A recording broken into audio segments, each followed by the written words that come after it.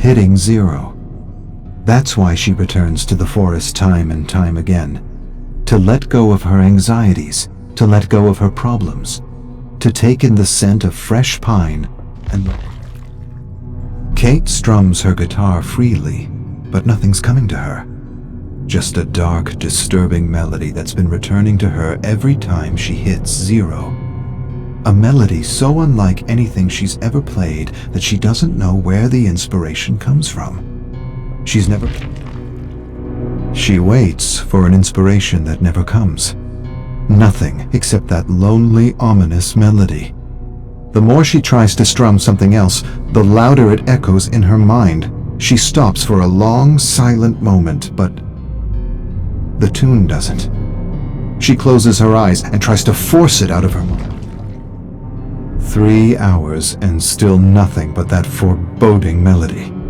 More than anything, she wishes she had taken some time to realign herself and make sure she was spending her life's energy on something real and true to who she was.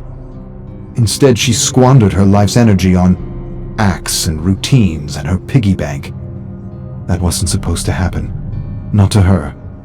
One of her inspirations was the great Woody Guthrie. Everything he wrote was true to who he was. Everything he did came from him.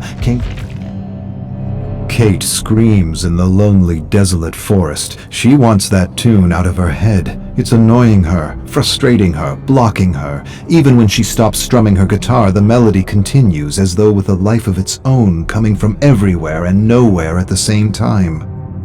She focuses for a moment and realizes the melody is echoing out from the cave.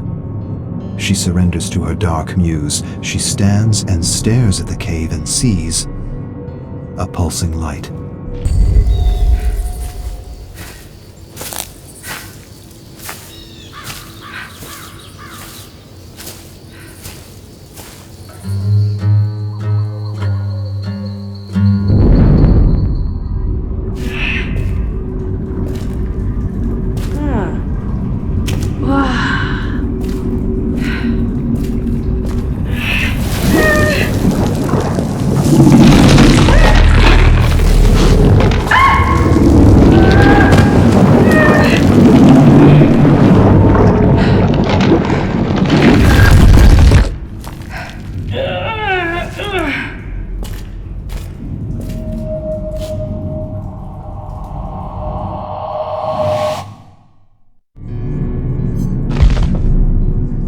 Dawn bleeds across the craters and trenches and into the devastated forest. Explosions tear the ground. Mud rises and showers Anna.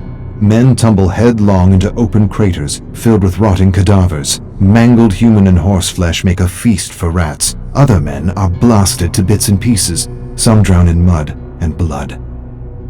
The brutal savagery of these human animals amuses Anna. She's never been so entertained. They are worse than hungry wolves fighting over a carcass. Some speak words she understands. Others speak words foreign to her ears. A pathetic scream like nothing she's heard suddenly startles her. She was going to search for another pack of human animals, but something catches her eye. Something that reminds her of her father. Something perfect for her little Bushka. A gift. Anna hides in the shadows and fixes her gaze on the gift. The Russian soldier carves the gift as he guards and swears at foreign prisoners in the shredded canvas tent. They kill and torture each other because they cannot talk to one another. She remembers a book her mother once had. She pointed to the pictures and called them soldiers. They were the ones who butchered her father. Soldiers tear each other. The Russian soldier does a peculiar thing to his prisoner. He ties him to a gnarled branch by his ankle and lights a fire a few inches under him. She scrunches her brow, confused. You kill the game before you roast it. But these soldiers enjoy his agony. She recognizes the yelling and shrieking foreigner. Just a few moons ago, he was torturing Russian prisoners in another tent. Just a few moons ago, he was the tormentor. The Russian holds the perfect gift in his hands while the prisoner shrieks and squeals like a pig. She smirks. It's kind of a funny cry. It is. It's amusing. The Russians make jokes and imitate the squealing cry. 4 Russian soldiers lurk around the tent searching for their missing comrade. Anna stealthily tracks one soldier, inching closer and closer with every step. Poor pea-green mule. He has no sense these will be his last few breaths.